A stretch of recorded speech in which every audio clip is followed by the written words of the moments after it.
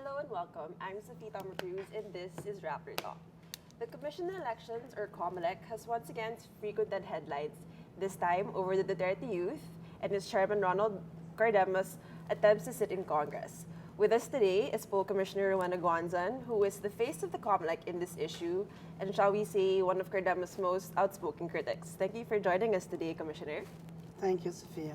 Let's get to the meat of the issue. So, over the weekend, Cardema made serious allegations against you of corruption, extortion. How do you respond to this? Well, I already said that this guy is lying. Because if it's true, then he should have won, right? He said he gave me 2 million through somebody else, and yet I disqualified him. So he's obviously lying. So he's making up stories, and he's inconsistent. First he says he promised 2 million he wasn't able to deliver. And then yesterday in Unang Hirit, he said he gave 2 million, and yet I disqualified him. So I think the public should stop listening to this guy. I've been asking my Twitter friends, when you see his face on TV, turn it off. When you hear his voice on radio, turn it off, because he's lying and he will just destroy your day. You know, do not distract us from the issue, which is he qualified to be representative of a youth sector party list? He is not, because he already signed a certification under oath. He is 34 years old. Right. The law says you can only be between 25 to 30 years old. So now that he can't sit, he'll just destroy me. I mean, who is this guy? You know, he's kicked out of his colleges. He's no job. Look at him. I mean, it's his word against mine, but I keep telling people who listen to him, why do you have to listen to him? You already heard him. You already heard my answer. I think whoever gives him another interview is already bordering on the malicious. Ma'am, why do you suspect Cardema has lodged these allegations against you? He said that perhaps you'd wanted to get close to the president. How do you respond to that? No, I think that he made all of this hula baloo and made a big media thing out of it. One, to inhibit me, and I will not. Two is to ask for help from the president, which he failed to do. Of course, that's why I said, what's your next step? Impeachment.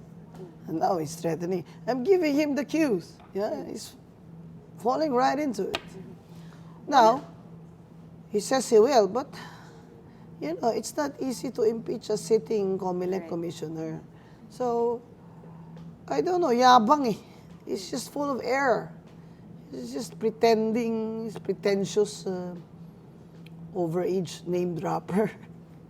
One of the issues Ma'am Cardema has brought up, and you've also mentioned this, no, is you were among one of the members of the Comelec NBAC that approved the registration of the Duterte youth. What was the reason behind this? You know, Approving the registration of Duterte youth was first denied by the second division by a vote of 2-1. And then on appeal, it was raffled to a commissioner in my division. And when we deliberated it, the ponente, the one who wrote the decision, said that they have already complied with the requirements.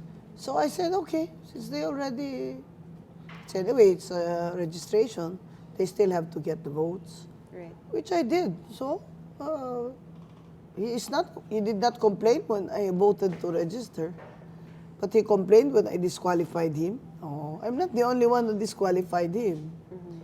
The ponente is a commissioner from Davao. He's the one who wrote the decision that Cardema is overage, therefore disqualified. I issued a concurring opinion. I said from the start, as early as May 12, 13, that he should not be allowed to substitute because he's overage.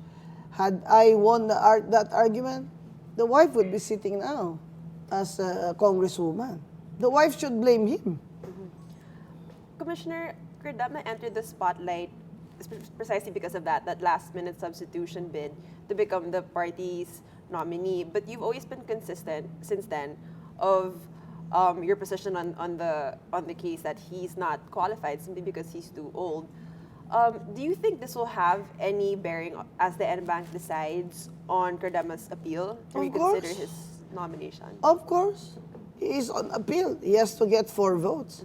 Now, how does he think the other commissioners will take this public assault on our institution and against me? After all, by February 2, I will be the most senior commissioner next to Chair Abbas. I was acting presiding commissioner when we decided his disqualification case. That's why he's blaming me. He said that if I did not dissent, he already had the votes. But he's wrong. Because the commissioners, you don't know their vote until it's out. And they studied it. The ponente studied it. And heard the case, attended the hearing, found him disqualified as representative of the youth sector. So now he's on appeal. But while it's on appeal, he submitted another list. Right. With himself again as first Number nominee one. and the wife was, well, what is it that he wants? What I really need, he needs is a very good lawyer, and I think he needs to see a psychiatrist already. He's already losing it.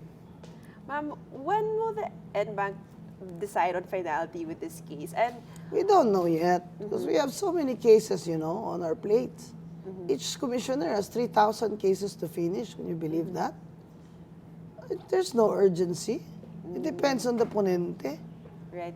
But ma'am, if purely based on just the rule of law, election laws, and the poll body's own rules, there are many issues in this case regarding Cardama and Duterte Youth. Shouldn't have it been dismissed outright, for example, the fact that it was filed the eve of elections and that he's Well, what can we overaged, do, right? nominees? What can we do? We were very busy at the time.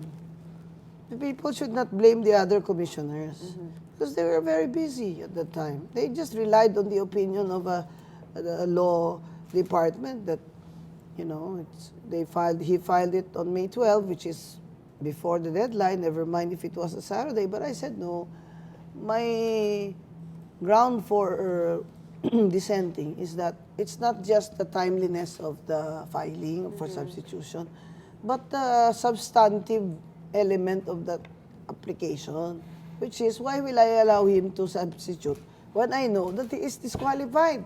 Oh, so see, I was right. But on that basis also, ma'am, no, because he's not the only one who's overage. There are 4 of them overage, so now they're going to face an investigation for material misrepresentation, all 4 of them. Because they certified under oath in their certificate of nomination Right. and acceptance that they don't have the disqualifications. Ma'am, And in fact, they're all over 30 years old. right. Commissioner, throughout the past week, there's been a back and forth, of course, between you and Cardama. And how would you respond to people who say, for instance, that you might be being too vocal against Cardama, considering you're also part of the NBank who would be deciding on his case? This is not a ground for inhibition. At first, I was quiet, if you notice. It was almost 48 hours, no? Aside from the fact that a TV network wasn't calling me after they interviewed him. I said, we'll just answer him in the hearing. But he kept at it, and people were worrying that if I didn't come out, they might believe him. So there is no rule that requires me to be quiet when I am under, and my reputation is under attack, and the integrity of the institution is under attack. In fact, it is my duty to defend the Commission on Elections when we are under attack. But look at who's attacking us. Somebody who was disqualified. I mean, his credibility is negative 100. He's just digging his grave every day. But they keep on giving him interviews. I don't know why. Let's look at the bigger picture, no, ma'am. The Duterte Youth's case, not just Cardama's, has put the spotlight, of course, on our election laws, and some election lawyers have pointed out that it has shown the flaws and the gaps in some of the election processes. What laws do you think are worth revisiting, and what kind of amendments would you propose? I think Senator Marcos already requested for a public hearing on amendments to the Party List Act. Well, one of the things that I have been saying is that it should be reformed so that no nominee for a party list should be allowed when he or she has an incumbent government official relative within the fourth degree of consanguinity or affinity. The other one now, because of what happened, is that if you use they use a name of a person, then they should get the consent under oath and with personal appearance of that person, because look at this guy. He just used the name of the president. That's why he got more than 100,000 votes. Now, if you use the name of an animal, that's generic, so I guess we don't have to require an affidavit of consent. The other thing is there should be a bond, I think. They should be required to file a bond, which will be forfeited if they're telling a lie. For example, this one. Oh, it should have been required to file a bond of, let's say, 300,000 pesos. And then if he's found to be disqualified, that should be forfeited in favor of the government. You see, it's so easy for them to lie because there is no punitive action, which is immediate. In other countries, if they do something, their bonds are forfeited. That's what I'm saying. If they want to run for senator, for example, they should file a bond. So every time they violate our, poster, anti-poster requirements in the law and our rules, we can deduct from their bond the penalty, things like that. It's just, for them, it's so easy to violate our rules. And look at that, they violate our rules and then they make it appear that it's my fault, that I'm extorting money. Why will I extort 2 million, I mean, people who know me, I'm very honest, yeah? But if I extort money from somebody, why does it have to be 2 million? Why can't it be 200 or 20? What do you think? What does he think of me? Cheap? 2 million? That's insulting, huh? Speaking of these insults, na ma'am, a lot of them played out also online. And a lot of the developments that we've seen, not just in Cardama's case, in elections in general, have played out on the internet, online. What do you think has social media's role been in elections? Or in election cases? These elections are different from, let's say, in the past national election, because this is since the election of President Duterte, we have seen more use of social media and its broader range. No? Every Filipino has a job, wants a phone. And this is why we're also thinking about internet voting for overseas workers. It's so powerful because it goes out fast, and sometimes, of course, there's no accountability, which is also worrisome. But it's a very good venue for fighting back. Look at me. I was not interviewed by ABS-CBN for what? 48 hours? I just went on Twitter. Now I have almost 12,000 followers. It was as good as having as going out on TV, because I was able to answer his accusations. So it's good. I think it's a good thing. But, ma'am, how does the Comelec, for example, play into that? We cannot regulate the use of social media because we have to be honest. We cannot regulate something that we don't know how to regulate. But, electronic libel is now in our laws. So if they accuse somebody of an election offense using social media and they can prove identity and the elements of unlawful acts, we will prosecute them. Ma'am, you're known to be an independent voice in the Commission on Elections. How important, and you mentioned a while ago that a part of the reason why you're speaking out is because you need to defend the Comelec. How important, can you expand on that? How important is it for you to defend the Imagine he independence? said in Tagalog, akala ko pa naman siya ang pinakamatino sa Comelec. What does he mean? That our chairman is corrupt, that the commissioners are corrupt, and he thought all the while I was pinakamatino or not corrupt. That's crazy accusation. That cannot stand. Because the people must know what kind of commission on elections they have, what kind of people run this commission on elections. If people think that we can all be bought, what kind of democracy are we going to produce? How's that? Like him. Oh, he says he's backed up by very powerful people, so if I don't give in, he's going to file an impeachment complaint or not. Give me a break, Cardema. Just go ahead and file it. I'm richer than you. I have more lawyers than you. I have more friends in Congress than you. So you put up or you shut up. But ma'am, also, again, still touching on the independence of the Comelec, you will be there until 2022. God willing.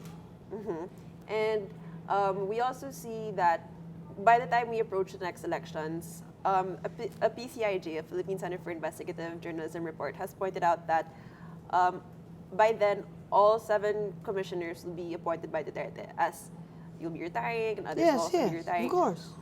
Given that, what kind of leadership is needed in the Comelec, and given also what you That's have seen why in I your keep time? on emphasizing that we have to institutionalize, integrity, accountability, and competence, efficiency. How? And even gender equality in Comelec, if you see our track record now, it's very good. We're training our people also, especially the IT people. So that because all commissioners come and go. What is important are the people on the field, the central offices that run the departments. Those are the people who are very important because they will be left behind. So we want to make sure that they have the operational competence, the capacity to run elections in this country and manage a very large bureaucracy. That's why I keep saying the chairman of Comelec should have a wide experience in managing a large bureaucracy. Can you imagine running like 6,000 people in the field? Every tiny municipality, we have an election officer there. We are just like the Commission on Audit, but we are more visible. Plus, we run elections, Our people should, that's why our people in the field, they're supporting me. The employees union supporting me. They came to my office. Because even they feel that, their reputation is under attack. Our election officers should be independent of these politicians to make sure that they will not be bribed or influenced during elections. Because they're the ones who hold our fort. They hold the fort. In the end, when the machines fail, these SD cards fail, etc., it's the election officer that makes decisions there. Ma'am, when you mentioned institutionalizing integrity and independence and all these things, how do you propose, for example, to do that? We're doing that now in Comelec. We have a lot of seminars going on there. And then we make sure we file. For example, this election officer who faked the voters list in Muntinlupa. They prosecuted for an election offense. I think at least 10 counts. He filed bills, that's why he's not in jail. I told the law department, you file as many counts as there are precincts. So he should be accused of that election offense for at least 50 counts. We pursue these cases. But at the same time, we also defend our people from frivolous lawsuits. I sponsored the Legal Defense Fund for our people, 5 million, where they can get money for their defense. Remember that election officer was slapped by that candidate? He is now using that Legal Defense Fund. He can hire a lawyer. And of course, I spoke out against that candidate. If I did not speak out, they would have been demoralized, our people. You mean our people can just be slapped by politicians and they will not protect them? I almost went to that town, but it's so hot. So I just stayed home. Anyway, that guy lost the one who slapped, lost the elections. Going back a little bit to Cardama's case, na ma'am, how has the Commission on Elections been? How have your peers, your co-commissioners in Comelec, how have they responded to it also? Well, I told them that Cardama wants to kill himself in front of our building. How did they respond? And some of them said, he's welcome. Go ahead. Make our day. Well, you know, we in Comelec, we're not crybabies, no? In the past, what did they do? Another party list brought kabaong there, coffins, no? Andy Bautista's coffin was pink. And I didn't have any, so I complained. How come I didn't get one? Because the party list there, the magsasaka, the farmers, they liked me. Because during the hearing, I let them speak out, you know, these old folks. So I had no coffin, so I complained. We said, the pink one should be mine. I said, Mom, no, that's for chairman already. So another politician, now mayor of San Juan, was holding a megaphone, calling out, Guanzon, ilabas ang resolution, because he said I was sitting on it. Did I get angry at him? No. Because he never threatened to harm me and my family. Never came out and made pointing at the camera like a fool. So, he's mayor of San Juan now. You know, I don't take it against him. This is a free country. You can speak all you like, but if you libel me, I'll sue you. And I have more money than you. I have more lawyers than you. You will go bankrupt, Cardama. You'll go bankrupt because I'm going to sue you until you're very old. And I'll sue you in Negros. Halaka. You should be afraid. Ma'am, you plan to formally file? Later, next year. You know, you can file libel within 365 days. So I'll file libel on the 364th day so that it will give him suspense, yeah? And then I'll file a damage suit separately from the libel suit. So he's facing two lawsuits for every count, for every tabloid. I have a collection of all these tabloids, no? All these newspapers. We're collecting it. This you mentioned also, ma'am, because he threatened you. And Yeah, that's terrible. what They texted me that they will harm my family. That's not funny. have you gotten these kinds of threats before in your time as a commissioner? No. From other cases? No. Did you hear me complain? No.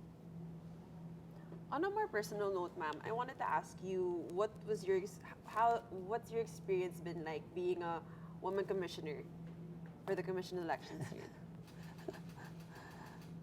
Well, I was the only woman commissioner there. I still had to fight for equality for others, not for me. Because, you know, my personality is very strong. Even if I were the only woman there, I was very senior, you know. I was already professor of law, I had master's degree. I came in, I was already former commissioner of COA. Oh, we were really collegial, you know, and treated each other equally with respect. In fairness to Andy Bautista, we fought indoors. We just closed the door and we really talked. But we still issued a memorandum against him that he, you know, that memorandum, famous failure of leadership memorandum. I mean, but I had to really work hard for gender and development projects there, make sure that it's institutionalized. So now we're very good there. Every election officer and every employee knows that sexual harassment is going to be actionable. We respect LGBT rights there. I hang the rainbow flag outside my office, and the officer went around the commissioners with their own flag, and all the commissioners had the pictures taken. And I told the regional directors, I want more women regional directors. These are some of the things you've been But now we have prioritizing. 2 more women regional directors, you see? But it's slow. I told them, either maging babae kalahati sa inyo or magpatayin ko na lang kalahati you. Says, replace you with women. And they said, Mom, we'll just turn into women, Mom. And, you know, they understand What that about, there is a problem of gender inequality in the Comelec. But we have to solve that. So we're doing all these things, and I think by now it's, running its course even without me in gender, because I'm now commissioner in charge of overseas voting. But even outside the Comelec naman, before you were in Comelec, when you were in the Commission on Oh Audit, yeah, you've always been... I've always been in women's rights Right. advocate. As you can see from my books and my UN article, I've always advocated for equality and anti-discrimination of women and gay people. And it's not just on the intellectual level, I went to the streets, I rallied, I represented them in courts. But I think my track record will show that I never backed down from a good fight. Right. Ma'am. And you've also served under many leaders. And so I wanted to ask you, what's it like also being a very outspoken female leader, women leader under the Duterte administration? You haven't shied away from speaking out. Whoever was the president, I would still be there. It just so happens that by destiny, Mayor Duterte became president. Well, he has a colorful language against women, but I said, where the institution of Comelec is concerned, I always speak out. I think the important decision for the president to make, for the sake of democracy, is to choose competent and honest men and women to the commission elections, because we have 2 commissioners who are retiring on February 2. And based on what the president, whom he appointed, the 3, I am quite confident that he will do so again. I'm quite impressed with these 3. I mean, one is a retired justice to the Supreme Court. One is a former practicing lawyer, under Secretary of DOJ, very studious. One is an operations guy, former assistant director from Davao, who knows election law. He was the ponente in that Cardema case. So why isn't he hitting him? Because he's from Davao, because Cardema got votes from Davao. He got more than, I don't know, out of 100,000 votes, probably 40% from Davao.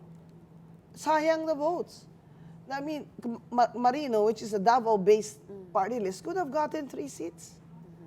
Instead, the people there voted for Duterte Youth, and then they got duped by Cardema because he did not resign. He made his wife first nominee, knowing that she was below 30. So he knew very well the requirement. But he wanted to just ram that door of Comelec, ram it down our throats. Okay, I'm 34, so what? I'm the president's man. Ma'am, one of the... Well, sorry, can't get in. You're overage. Overage, trying hard. Name dropper. Speaking of that, ma'am, one of our readers online has asked just now if the president, Malacanang has currently distanced itself from Cardama's battle with you, but they're asking if Duterte would throw his support behind Cardama, let's say, would you change your decision? Why will I change my decision? Or would you change your mind? There's no way I will change my decision. He's overaged. He can go back to his mother's womb and turn back the time. I don't know when he can do that. But his wife should be blaming him. She'd be congresswoman now. I said so. I said, no, he should not substitute because he's disqualified. His wife should sit. But I lost in that count. Because they were just, cops were in a hurry. We're all tired. And, they ambushed interview our chair. And but you believe, ma'am, that will weigh heavily in the NBank's decision now that it's reconsidering the cancellation? Oh, yeah. We discuss it. We discuss. We're not like herded cattle. We're very independent people. Each one of us studies according to law and the facts. Isn't that what presidential spokesman, Secretary Panelo said? The decision of the Comelec is in accordance with the facts and the law. Because it's so black and white, huh? He's over 30. And he wants to ram it down our throats by saying, I'm not the man for the youth sector, I'm nominee of the professionals. So where does it say in your petition that you're the nominee for young professionals? And besides, there's Amores versus HRET. That's the case of Joel Villanueva. You ask him, if you have a multi-sectoral party list, you register with youth and gay youth and what else do you want? Young farmers, young professionals, you still have to comply with the 25 to 30 years old requirement. That's what happened to Joel Villanueva. Did he complain? Did he attack one of us? No, because he's a Christian. This one, he attacked me because he's a... I do not know what he is. What would you advise him to do? I would advise him to see a psychiatrist because this is getting to be too much for his family. Imagine the strain on his wife. He is jobless. She's jobless. He is poor. I mean, I know he's not rich. I'm sorry to say he's poor, but it's true. Aside from that. Aside from that, every day that he does this is a strain on his family. Do you think every day he does this affects my heart? You know, I get depressed? No. Every day he does this, my Twitter followers increase. It's just that I got upset already when my father was so insulted when I arrived home. He said, 2 million? He said he bribed you for 2 million? You know, that's not fair. We are insulted that I only demanded 2 million according to him. We should have said 200 million so that people will believe him. Huh? Magsinungaling na lang din, hindi pa tunay. Fake. That's the trouble with Kadema. He's just a purveyor of fake news. He created this Hitler Youth brown shirt party list. If I were to open all the ballots, I bet you not half of those people were young voters. I bet you half of those people were Gurang people already. No matter how he cuts his hair like he's an ROTC guy, wears this uniform like, it's not gonna change the fact that he is overaged. So how do you see... How many times do I have to say he's disqualified? Which part of no doesn't he understand, right? But ma'am, the case isn't closed yet, so how do you see it ending? For the Duterte youth also? Well, I expect there will be someone who will file for cancellation of the party list or violation of the law. Until then, let's see. But his appeal is pending. The trouble is, they have to respect and comply with our rules. Instead, this one, because he knows that he cannot win, he says we are unfair, extorted money from him. You know, all the whatever, I learned a new word in Twitter, churvalu. So, it's getting funnier and funnier, and he's getting crazier and crazier. I really think his friends should bring him to the hospital. But at least on his case alone, ma'am, we see that because, I mean, the case isn't closed yet, that do you think Cardama won't be sitting in? He'll never get to sit. He'll never get to sit while I am commissioner. Is he crazy? He's overaged. He thinks he can fool the other commissioners? He can have politicians call them up? We're not like that. We're not like that. He has a very low impression of us. That's what he's telling the people, that we are all corrupt. Oy, Mr. Cardema, we are not corrupt, huh? Maybe you're the one who's corrupt because you attempted to bribe a commissioner and now you admit that you bribed the commissioner for 2 million and still I disqualified you.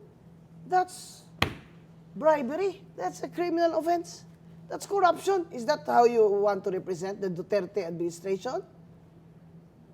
Is that how you want to be you want the Duterte politicians to affiliate with you when you are corrupt? Oh, you cry there like a wounded animal because you lost your case. Hire a good lawyer. Go to a psychiatrist and take care of your sick wife. That's my advice to him. And on your own priorities, no, ma'am. Oh, I see my parents every weekend. Nothing else is more important.